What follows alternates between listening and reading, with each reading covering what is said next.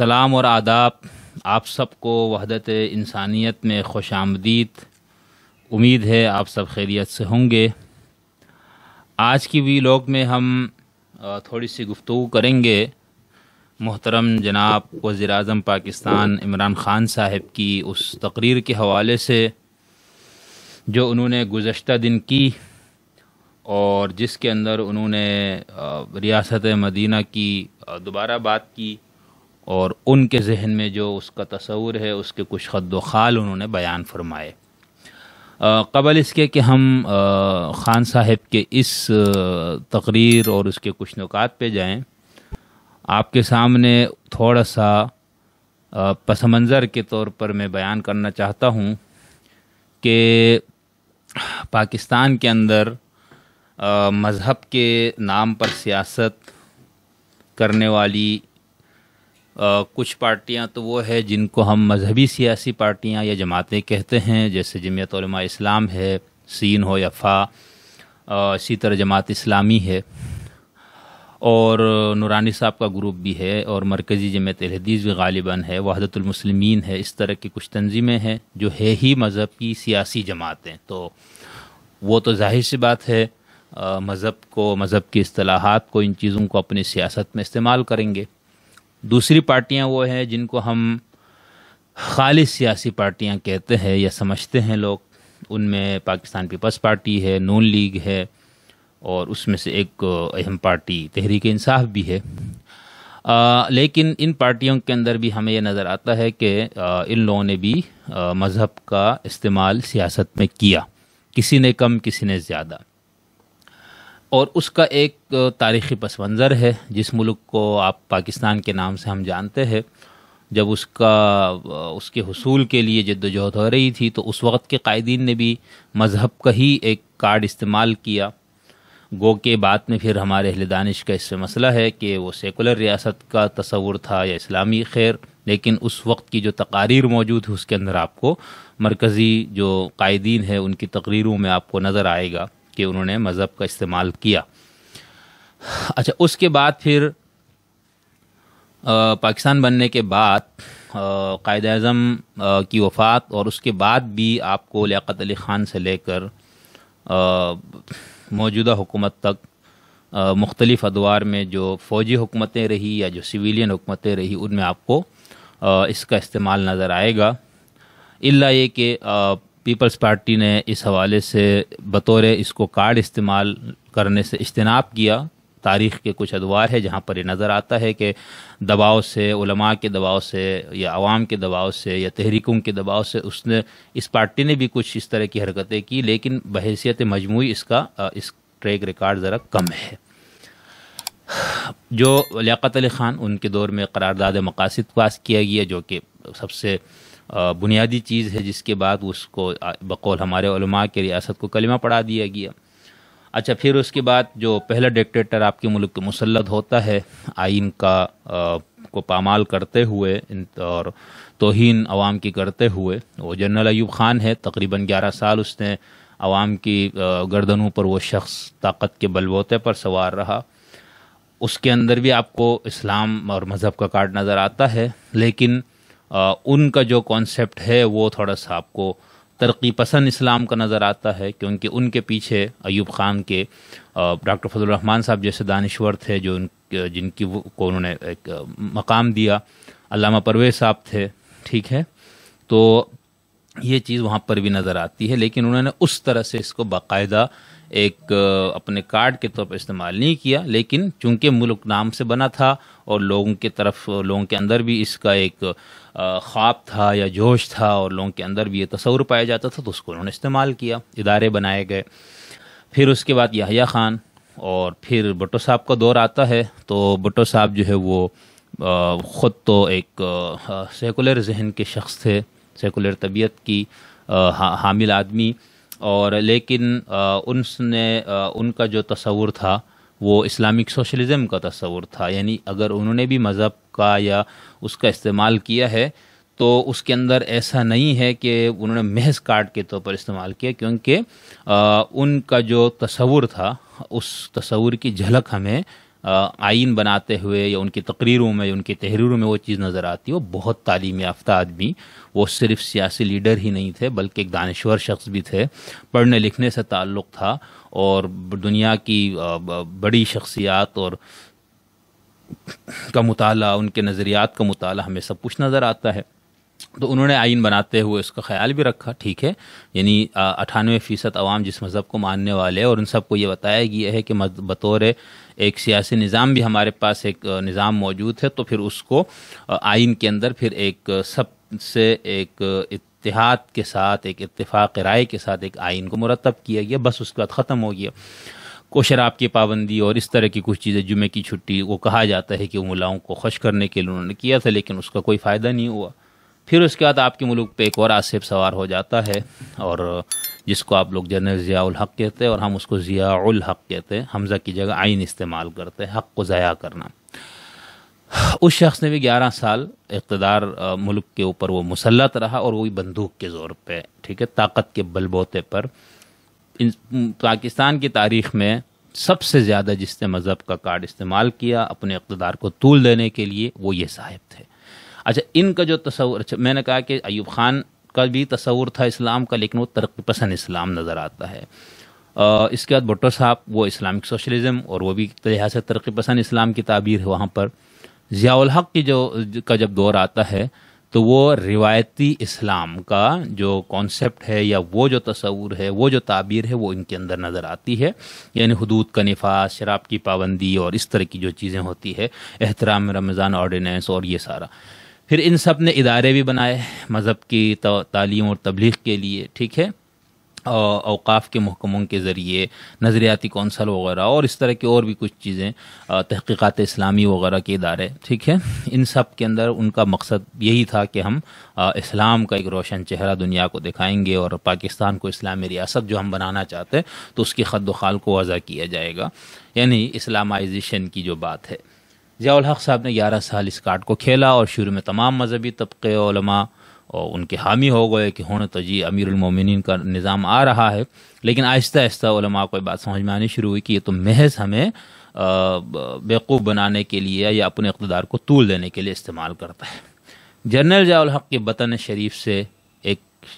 اور سیاستدان آپ کے سامنے آتا ہے، جن کو آپ میاں محمد نواز شریف کے نام سے جانتے ہیں، اور مسلم لیگ نون جو ان کی پارٹی ہے. یہ ضیاء الحق صاحب کے نظریاتی اولادوں میں سے ہے، اور انہوں نے بھی آ کر اسی طرح مذہب کا کارڈ استعمال کیا. اور آپ سب کو یاد ہوگا، جو آپ اور جن کو یاد نہیں انہوں نے تاریخ میں پڑھا، اب بھی سب چیزیں دستیاب ہے. شریعت بل کا ایک انہوں نے ڈرامہ رچایا اور اس کو منظور کرانے کی کوشش کی، اور اس کے پیچھے بھی وہ چونکہ ضیاء الحق صاحب کے پروردہ تھے، اسی نظام، اسی نظریے، اسی فکر کے حامل تھے، اور پھر وہ آئے بھی اسی بقول شیخ رشید گیٹ نمبر 4 سے. تو یہ جو گیٹ نمبر 4 سے آنے والے زیادہ لوگ ہیں، وہ پھر مذہب کا استعمال اس طرح سے کرتے ہوئے ہمیں نظر آتے ہیں. یہ لفظ میرا نہیں ہے، ہاں یہ شیخ صاحب کا ہے. تو خیر، تو یہ جو میاں صاحب ہے، ان کے اندر بھی ایک امیر المومنین بننے کا جنون سوار ہوا، اور یہ 80 اور 90 کی دہائی میں آپ کو یہ نظر آئے گا کہ آج کے عمران خان اور اس وقت کے نواز شریف میں ذرہ برابر فرق نہیں ہے، بالکل سیاسی خیالات میں بھی اور مذہبی خیالات میں بھی، ٹھیک ہے. اب انہوں نے ایک ریاست مدینہ کا ایک نعرہ اٹھا لیا، اس وقت انہوں نے شریعت بل کہا، اسلامی نظام کہا، لیکن اس سب کے پیچھے جو چیز ہے، ٹھیک ہے، وہ اپنے مذہبی اقدار اور نظریات سے مخلص بھی ہوں گے، ہم کسی کی اخلاص اور نیت پہ ہم شک کرنے کے روادار نہیں ہے، لیکن اس کے ساتھ ساتھ اس کے ذریعے اقتدار کو ایک طول بھی ملتا ہے. اقتدار یعنی اگر آپ اس طرح سے مدینہ کی ریاست باقاعدہ اسی حساب سے آپ لے کر آتے ہیں تو پھر تو آپ مرتے دم تک قائم رہے نا، اس کرسی پہ آپ رہیں گے، پھر آپ کو کوئی نہیں ہٹایا جائے گا. خیر، پھر اس کے بعد روشن خیالی کا پروجیکٹ آپ کے سامنے آتا ہے، ٹھیک ہے. اچھا، اس کے پھر بیوی کی حکومت 2 بار آئی اور 2 بار چلی گئی. بیوی نے کبھی مذہب کا کارڈ استعمال نہیں کیا، یہ تو ایک تاریخی بات ہے، اس پہ کوئی دوسری رائے نہیں ہے. اور کبھی انہوں نے اپنے جو 73 کے آئین میں بھی جو کام کیا تھا، اس کو بھی انہوں نے کبھی کیش کرانے کی کوشش نہیں کی. مثال کے طور پر ہمارے ہاں جو احمدیوں کو غیر مسلم قرار دے دیا گیا، وہ بھٹو صاحب کے دور میں ہوا، لیکن ہمیں نہیں یاد کہ پیپلز پارٹی نے اب بھی یا بیوی نے بھی اپنے کسی دور میں اس کو بطور ایک کارڈ استعمال کیا ووٹ حاصل کرنے کے لیے. تو یہ ایک خوبی ہے اس پارٹی کے اندر. اچھا، اب وہ جو احمدیوں والا مسئلہ ہے وہ بھی دیکھیں ہمارے ہاں اس پہ دو نقطہ نظر پائے جاتے ہیں، میں ضمنی بات بیچ میں آ گئی۔ ایک تو یہ کہا جاتا ہے کہ دیکھیں جی یہ تو ریاست نے ایک کا اختیار نہیں ہے اور کسی کو کفر اور ایمان کا فیصلہ کرنے کی، اور یہ غلط ہوا۔ احمدی خود بھی اس بات کو بہت برا سمجھتے ہیں، اور ان کا تو یہ خیال بھی ہے کہ بھٹو صاحب کو جو پھانسی ہوئی وہ اسی جرم کی وجہ سے خدا نے ان کو سزا دی ہے، ٹھیک ہے۔ اچھا، دوسرا نقطۂ نظر یہ ہے کہ دیکھیں ہمارے ہاں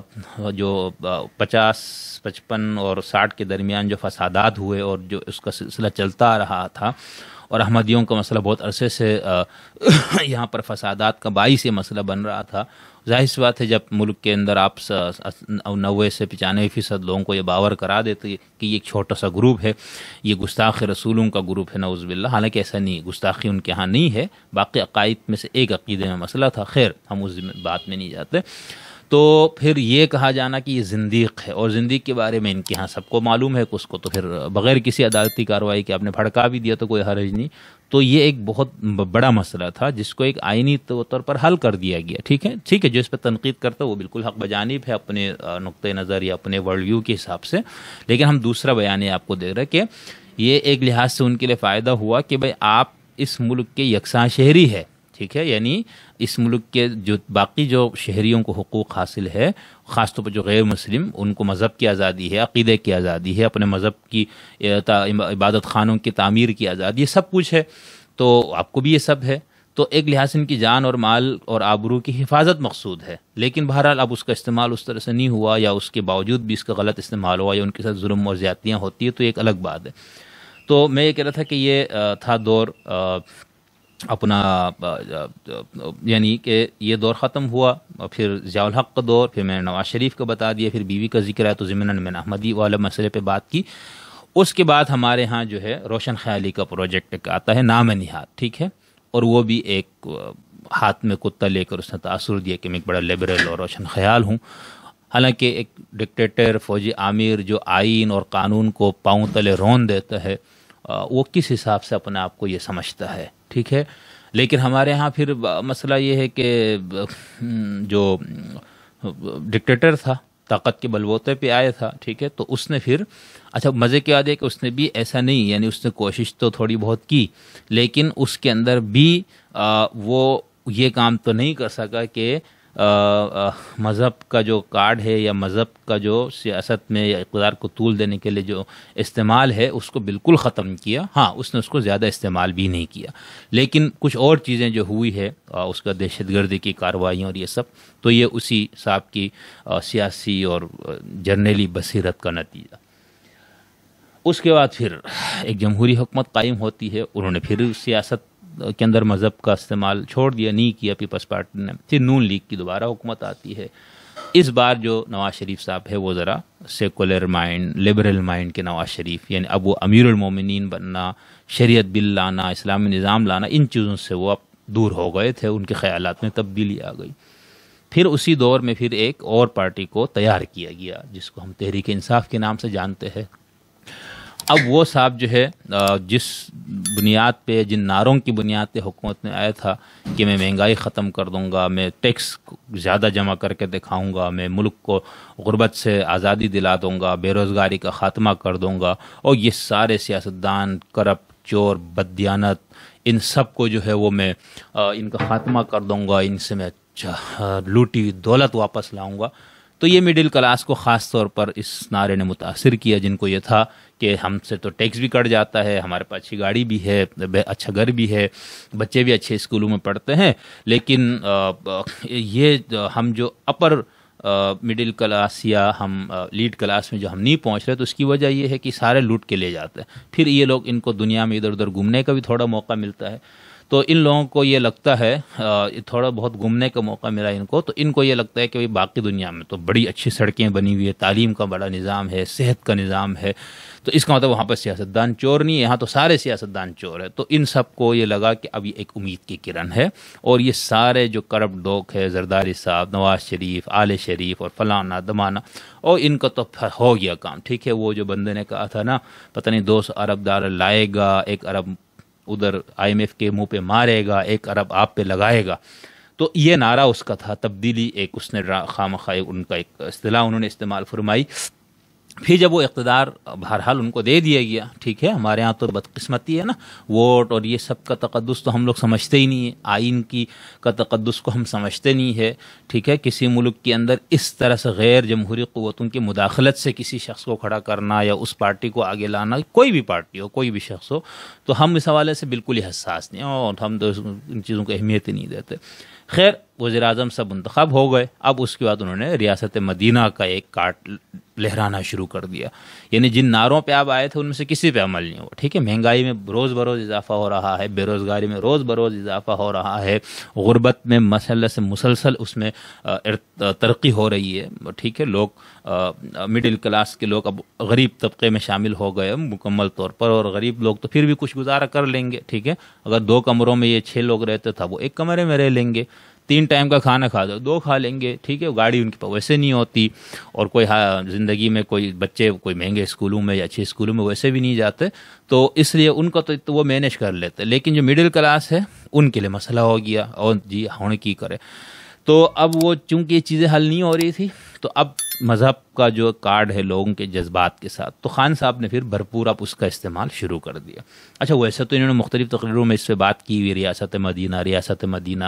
اب یہ جو گزشتہ جنہوں نے تقریر فرمائی اس میں اس گفتگو کے اندر انہوں نے تھوڑا سا زیادہ کھل کے اس پہ بات کی، اگرچہ وہ بے ربط خیالات ان کے ہوتے ہیں، ٹھیک ہے، جب وہ چین جاتے ہیں تو ان کو وہاں کا نظام پسند آ جاتا ہے، سعودی عرب جاتے ہیں تو وہ سعودی بادشاہت ان کو پسند آ جاتی ہے، ایران چلے جاتے ہیں تو خمینی کا ان کو پسند آ جاتا ہے، اور پھر یہ کہ جب برطانیہ کی کبھی وہ ہو تو ادھر کی مثالیں دینا شروع کر دے تو وہ نظام پسند آتا ہے، تو یہ متضاد نظام ہائے سیاست کو یہ پسند فرماتے ہیں موصوف، اور اس کے ساتھ پھر ریاست مدینہ کا کارڈ ہے، ٹھیک ہے، ریاست مدینہ کا جو کارڈ ان کا استعمال یہ کرتے ہیں اپنی اس تقریر کے اندر جو کچھ انہوں نے بات کی، میں انہوں نے کچھ نکات، ظاہر سے میں غالباً 50 منٹ سے اوپر کی ان کی تقریر تھی، اور اس تقریر کے اندر پہلی بار مجھے یہ لگا، میں ویسے پوری تقریر نہیں سن سکتا ہوں کبھی، لیکن یہ میں نے سنی تو اس سے مجھے یہ لگا کہ ایک چیز ان میں تبدیلی آئی ہے، جو اس میں انہوں نے بار بار کہا کہ میں کوئی اسکالر نہیں ہوں، میں کوئی دانشور نہیں ہوں، ورنہ ان کا لب و لہجہ اور بات کرنے کا انداز یہ ہوتا ہے کہ میں مبلغ اسلام بھی ہوں، میں مفتی اعظم بھی ہوں، میں داعی اسلام بھی ہوں، میں جمہوریت کا چیمپئن بھی ہوں، میں سیاسی لیڈر بھی ہوں، اور میں سب کچھ ہوں، مؤرخ بھی ہوں، اور مغرب کو تو بھائی مجھ سے زیادہ کوئی بہتر جانتا ہے، یہ بات بہرحال انہوں نے اس تقریر میں بھی فرمائی کہ مجھ سے بہتر مغرب کو کوئی نہیں جانتا۔ اچھا، وہ ان کا جاننا کیا ہے، وہ کچھ عرصہ وہاں رہے، ٹھیک ہے، تو مطلب جو نہیں رہے وہ پڑھ کے بھی جان لیتے، ایسا نہیں ہے کہ آپ ہی ہے۔ خیر، ان میں انہوں نے جو گفتگو کی تو ان کا یہ کہنا تھا کہ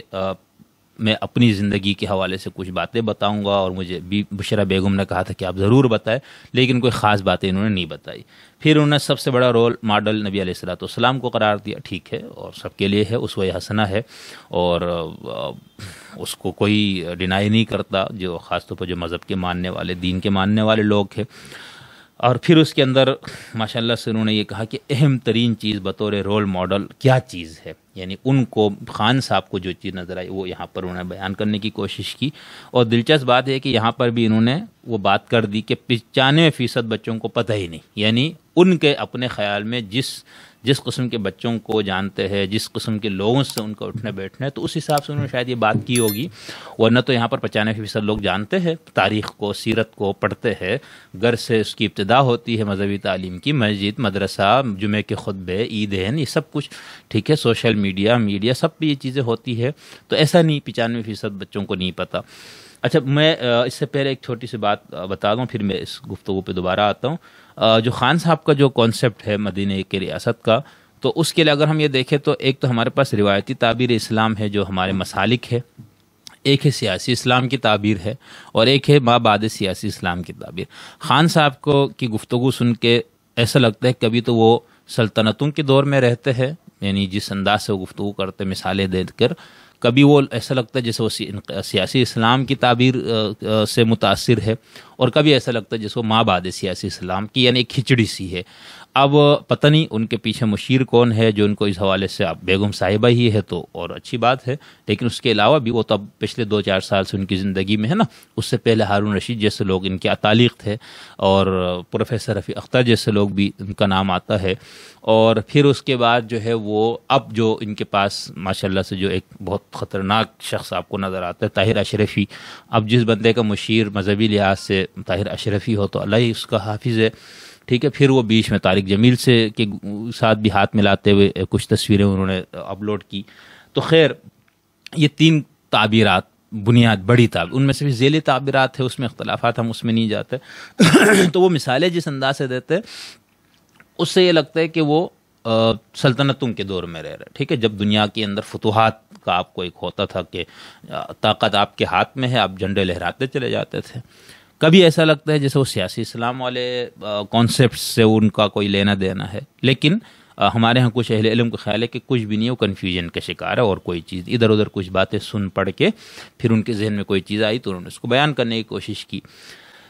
باقاعدہ ان کی تحقیق، ریسرچ اور غور و فکر کے بعد کوئی ایک متعین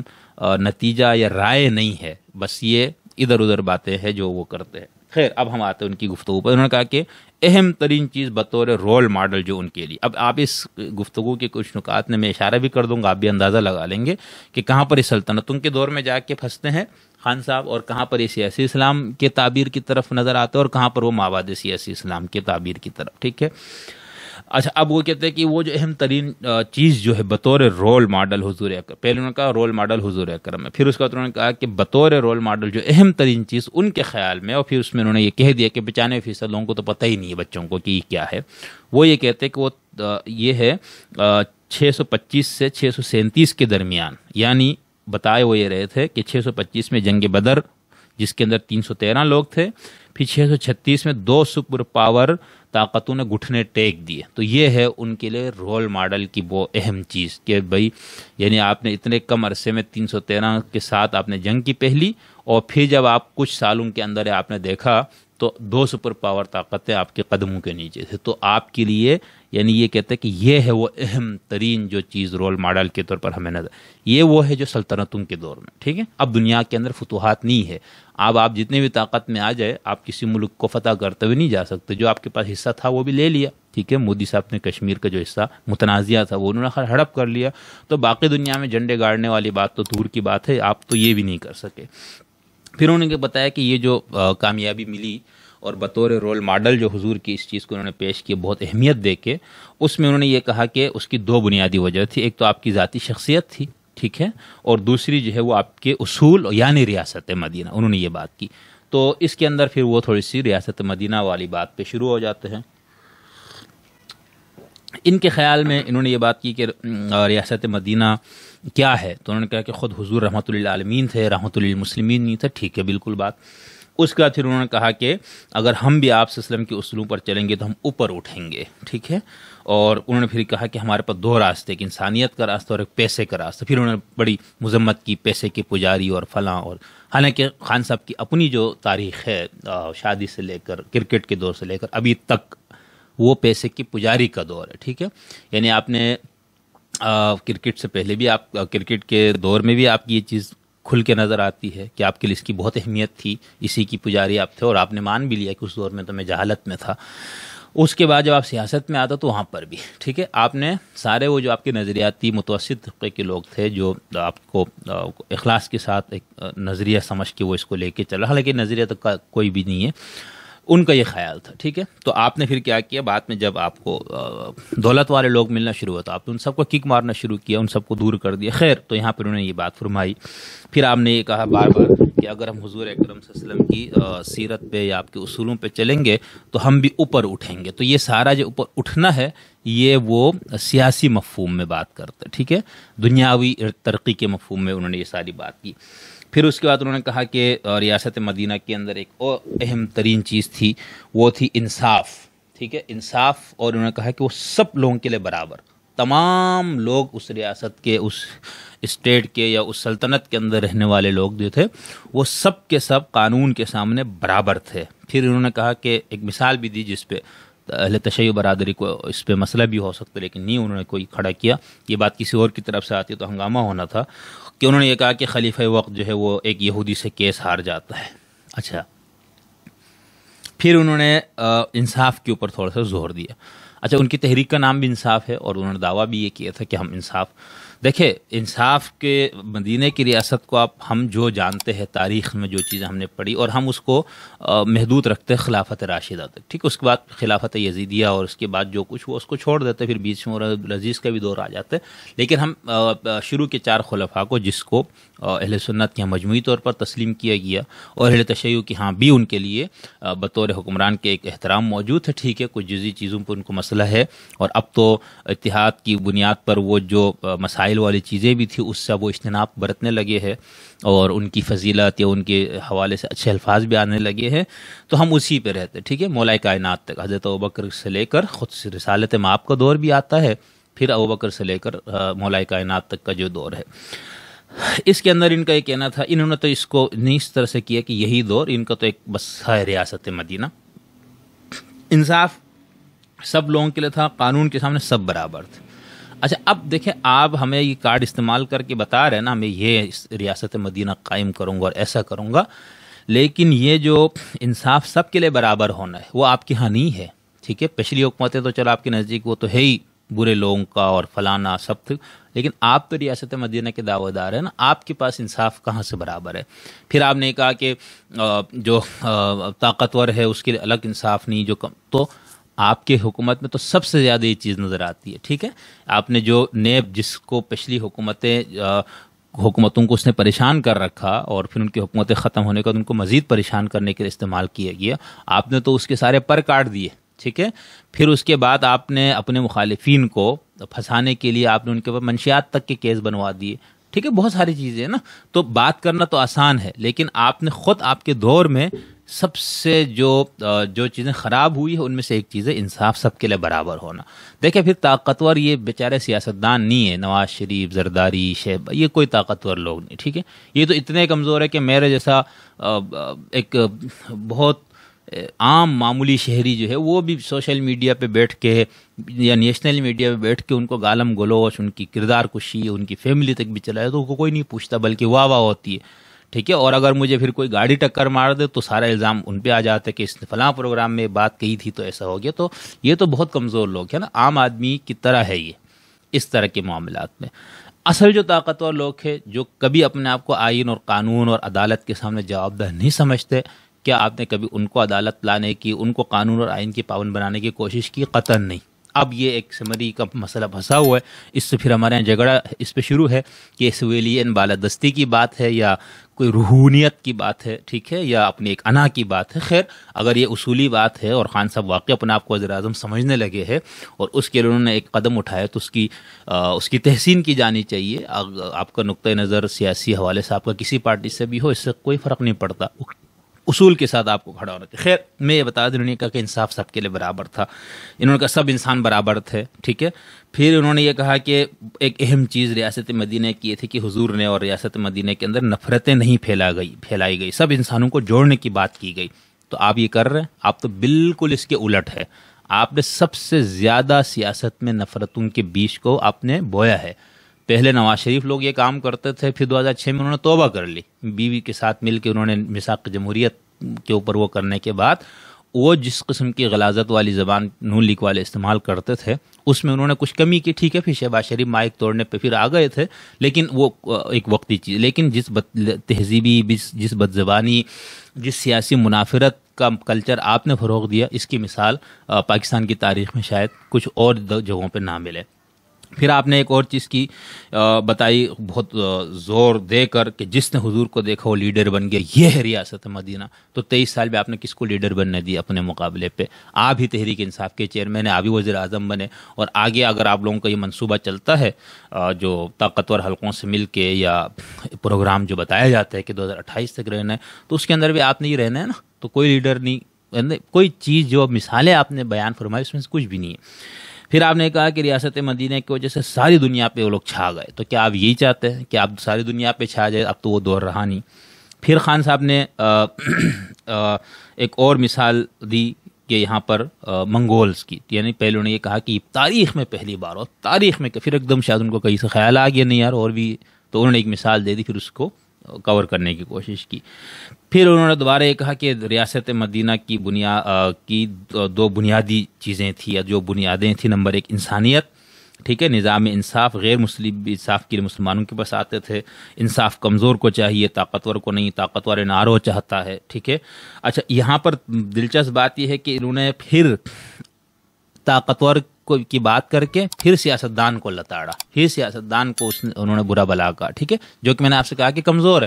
اس کو پھانسی بھی اس کو چڑھا دیا جاتا ہے، لیاقت باغ کے بالکل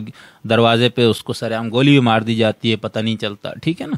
عدالتوں میں بھی گھسیٹا جاتا ہے، اٹک قلعوں میں بھی اس کو رکھا جاتا ہے۔ تو یہ تو طاقتور آدمی کی مثال کوئی مثال نہیں ہے۔ دیکھیں طاقتور وہ ہے جس کو عدالت بلائے تو بجائے اس کی گاڑی عدالت جانے کے وہ اسپتال گاڑی لے جائے، اور کوئی بندہ بیمار نہیں تھا، ٹھیک ہے، اور آج تک کوئی عدالت کوئی انتظامیہ اس بندے کے بال بیکا نہیں کر سکا۔ تو یہ ہے طاقتور، یہ نہیں جس کو آپ مثالیں دیتے این آر او چاہتا ہے، یہ فضول بات ہے۔ خیر بات آپ اپنے اندر تقوی اور طہارت کو کا تاثر دیتے لوگوں میں کہ میں بڑا نیک پرہیزگار اور متقی فلاں، اور پھر پٹھے کام سارے آپ کی طرف سے۔ پھر انہوں نے یہ کہا کہ خوشحالی کی بنیادی وجہ قانون کی بالادستی تھی۔ خوب بھائی ٹھیک ہے، تو پھر کرے، قانون کی بالادستی کی جو بدترین شکلیں ہیں وہ آپ کے ہاں ہے۔ آئین کی روح سے جو لوگوں کو ظاہر آئی کہ آزادی اس کو سلب کیا جاتا ہے، میڈیا کو آپ نے پابند زنجیر کر دیا ہے، ٹھیک ہے، مخالفین کو چن چن کے آپ جو ہے وہ ان کو جیلوں میں ڈالتے ہیں جھوٹے مقدمات بنا کر۔ تو ایسا نہیں ہے، ٹھیک ہے، قانون کی کوئی بالادستی نہیں ہے، یہ آپ کر سکتے ہیں نا، نہیں۔ پھر انہوں نے پہلے ایک حدیث کی مثال دی۔ پھر انہوں نے کہا کہ مدینہ کی جو ریاست پہلی فلاحی ریاست تھی، ٹھیک ہے۔ اچھا مزے کی بات ہے کہ جو فلاحی ریاست کا تصور ہے یہ تو عام طور پر یہ آیا ہے جب کمیونزم نے پوری دنیا پہ چھا گیا کمیونزم، اور بتایا کہ بھئی یہ کیا سب برابر کرو انسانوں کو، ٹھیک ہے، قانون کے نزدیک برابر ہے تو باقی چیزوں میں بھی برابر ہونا چاہیے۔ تو پھر جو کیپٹلسٹ ممالک ان کو انہوں نے کہا یار یہ تو سارے لوگوں نے اس کو ہمارا تو حشر کر دینا ہے، تو انہوں نے کہا نہیں کچھ چیزیں کر دیتے اصلاح جس سے ہم ایک فلاحی ریاست کا، تو ٹھیک ہے، ریاست مدینہ میں بھی آپ یہ چیزیں تلاش کر سکتے اور یہ چیزیں مل بھی جاتی ہے۔ پھر کہا کہ تعلیم پہ بہت زور تھا، تو جتنا زور یہاں پر ہے وہ نظر آتا ہے۔ پھر آپ نے کہا کہ پاکستان کے لیے سنت رسول پر چلنا ناگزیر ہے، اور دو باتیں ہیں جو بہت اہم ہے اس میں سے، ایک انہوں نے کہا اخلاقیات، اور یہ بالکل اچھی بات ہے اور ہمارے ہاں اس حوالے سے بہت زبوں حالی ہے اور جو نہیں ہونے چاہیے، ٹھیک ہے۔ اور پھر اس کے اندر انہوں نے کہا کہ اس میں بھی انہوں نے مثالیں دی کہ یورپ کی اور باہر کے ممالک کے وہ اخلاقی لحاظ سے کس قدر بلند ہے، اور پھر وہ ہمارا جو عام باتیں ہوتی ہے کہ وہاں پر اسلام ہے مسلمان نہیں، یہاں مسلمان ہے لیکن اسلام نہیں، یہ ساری چیزیں انہوں نے پھر وہاں پر بتانے کی کوشش کی، برطانیہ اور ان چیزوں کی مثالیں دی۔ اور پھر دوسری بات انہوں نے اس میں ضمنی بات کرتے ہوئے پھر کرپشن پہ بات کی، اور پھر میاں صاحب کا نام لے لیا، شکر اس مرتبہ زرداری کا نام نہیں لے رہا وہ، ٹھیک ہے۔ اب میاں صاحب والی اس پہ بھی بات کم ہو گئی ہے، ویسے آپ پچھلے 3 سال کی ان کی گفتگو فلاں ملاحظہ فرمائے تو کرپشن کرپشن کرپشن، لوٹ مار لے گیا پھاڑ، بینک بیلنس ان کے بڑھتے جا رہے ہیں باہر ممالک میں، اور فلانا اور اربوں روپے کی روزانہ۔ اب وہ رام کہانی ختم ہو چکی ہے کیونکہ 3 سال میں سمجھ میں آ گیا کہ گل وچ ہور ہے، بات یہ نہیں تھی، ٹھیک ہے۔ بہرحال یہاں پر انہوں نے پھر مثال دی کہ جی نواز شریف صاحب۔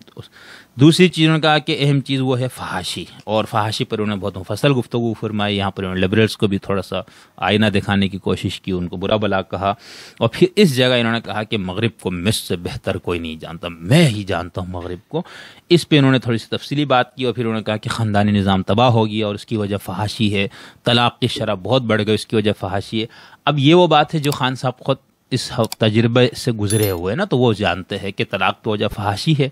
خاندانی نظام تباہ ہونے کی وجہ فحاشی ہے، اور جن عورتوں کو طلاق ہوتی ہے اس کے پیچھے بھی کوئی فحاشی کا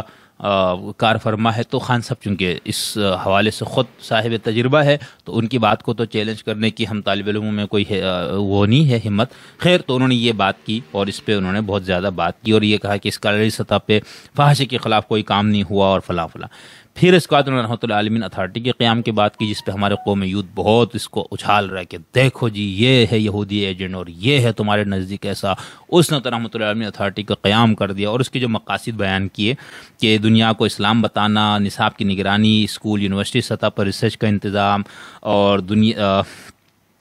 اور خاص طور پر اس پوائنٹ پہ ریسرچ ہم یونیورسٹیوں میں کرائیں گے کہ اسلام میں یا دین میں یا ریاست مدینہ میں ایسا کیا تھا کہ دنیا پہ مسلمان چھا گئے. ٹھیک ہے, سوشل میڈیا کی نگرانی, نوجوانوں سے وہ کچھ نہ ہو جو مجھ سے ہوا. خان صاحب نے یہ کہا کہ یعنی رحمۃ اللہ علیہ اتھارٹی کے قیام کے مقاصد انہوں نے یہ بیان کی, دنیا کی امامت کس طرح سے ملی. ٹھیک ہے, اور گستاخی کا علمی جواب دیا جائے گا. پھر اس کے بعد خواہ مخواہ انہوں نے خالد بن ولید کی معزولی کی مثال دی, تو اس پہ پھر لوگوں نے چیمگیاں شروع کر دی, بڑی باتیں ہو رہی ہے. ٹھیک ہے, ہم اس پہ نہیں جاتے, بیچارے انہوں نے ایک مثال دے دی, چھوڑ دینا, اب جانے دیں. تو یہاں پر انہوں نے جو رحمۃ اللہ اتھارٹی کے قیام کی بات کی, پھر ہمارے جو اسلام پسند حلقوں کو اس سے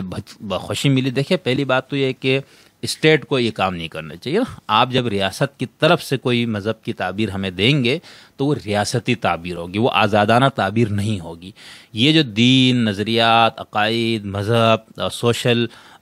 جو نظریات ہے, یہ جو سیاسی نظریات ہے, یہ جو علمی جو کام ہے, یہ جو فلسفیانہ کام ہے, اس کو اب آزادانہ ہونے دیں. اب آزادی دے لوگوں کو کھل کے لکھنے, بولنے کی, پڑھنے کی. ٹھیک ہے, اور ان کو ریاست کی طرف سے سہولیات فراہم کی جائے. سہولیات کا مطلب یہ نہیں کہ آپ ریاست ان کی تنخواہیں مقرر کرے تو ظاہر سے تو پھر ملازم ہو جائے گا تو کام نہیں. آپ ماحول فراہم کرے. ٹھیک ہے, اور لوگوں کو ایک خوشحالی کی طرف ان کو آنے دے, معاشی طور پر بھی لوگوں کو تھوڑا سا آزاد ہونے دے, تو اس کے بعد پھر لوگ خود ہی کریں گے نا. ہمارے یہاں سیرت پہ بہت زیادہ کام ہوا ہے. اسلام قرآن کی تفسیر پہ جتنا کام اردو میں ہے دنیا کی کسی زبان میں نہیں ہے. ہمارے ایک مشہور ایک گفتگو ہم یونیورسٹی میں سنتے تھے, اور یہ بات کسی حد تک درست ہے, کہ القرآن نزل بمکہ, قرآن مکے میں نازل ہوا,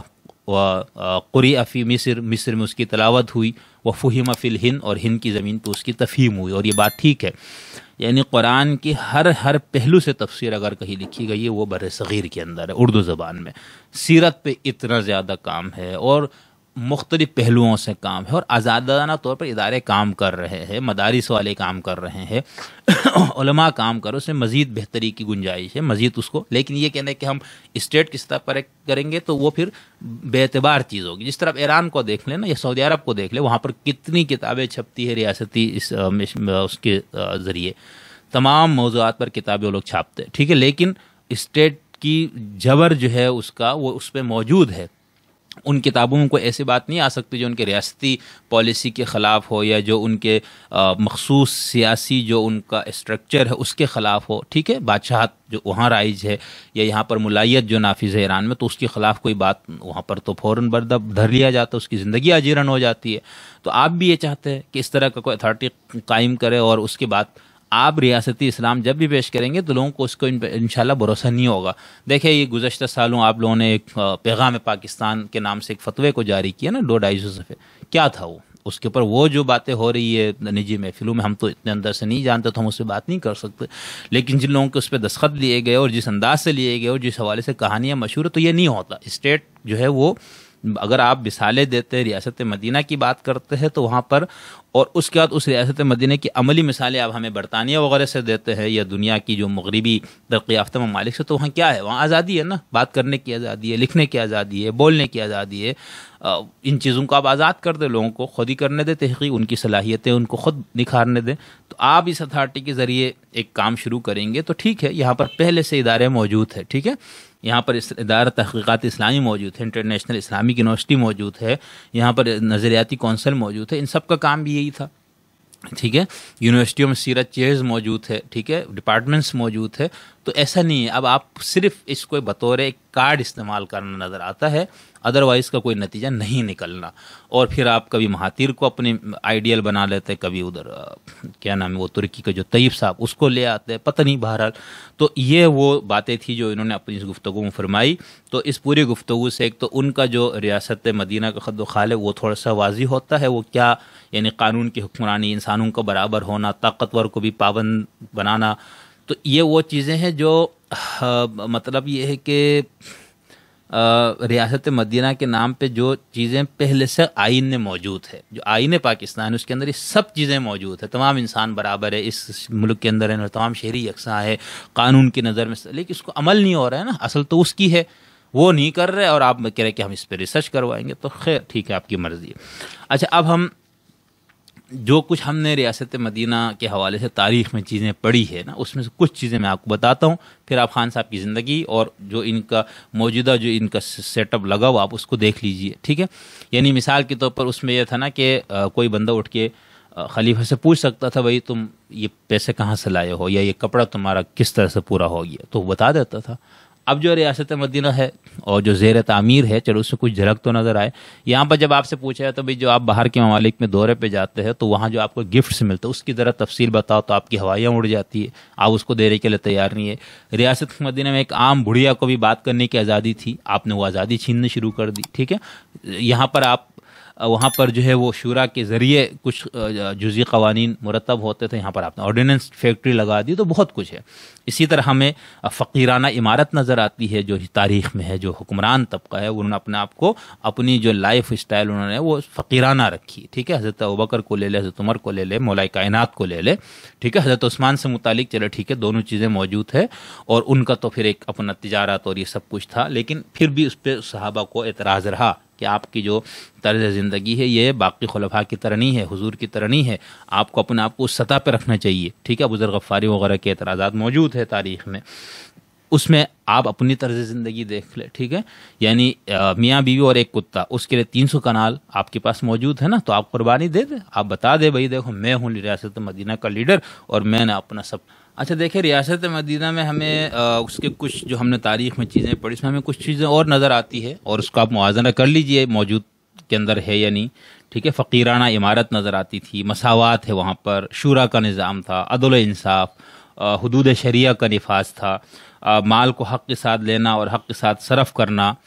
مظلوم کی حمایت اگرچہ کمزور ہی کیوں نہ ہو، اور ظالم کی مخالفت کرنا اگرچہ طاقتور کیوں نہ ہو۔ اب یہ پھر آپ سیاستدان کو مت لے آئیے گا، اصل طاقتور کون ہے میں نے آپ کو بتایا، جو آئین کے سامنے جوابدہ نہ سمجھے، جس کو کوئی عدالت نہ بلا سکے، جس کے اثاثوں، جس کے طاقت، جس کے غیر آئینی اختیارات اور غیر آئینی اور غیر قانونی جو اس کی حرکتیں اور اعمال ہے